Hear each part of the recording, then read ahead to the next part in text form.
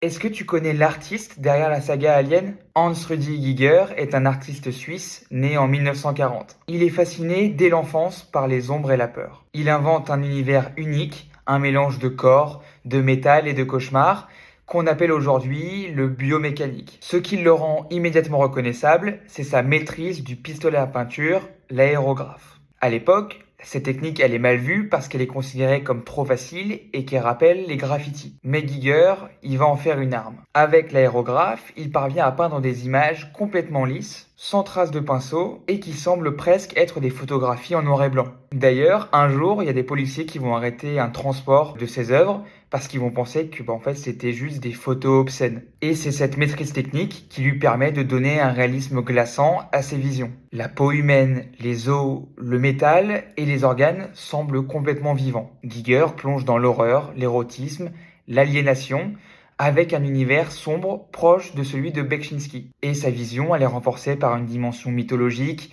obscure et prophétique. Il publie son recueil de peintures sous le nom de Necronomicon, en référence à Lovecraft. Il va produire sa vision des paysages imaginés par Tolkien pour Le Seigneur des Anneaux, et il va également rendre hommage à Arnold Böcklin en réalisant 2 versions de son Île des Morts, tableau dont il était complètement obsédé lui aussi. C'est avec le cinéma que Giger devient une légende. En 1979, Ridley Scott prépare son film Alien, et il veut un monstre que personne n'oubliera. En découvrant l'une des œuvres de Giger intitulée Necrodome 4, il est complètement frappé et sous le choc et il veut absolument cette créature dans son film. Au début, le studio refuse parce qu'il trouve ça trop choquant, trop dégoûtant.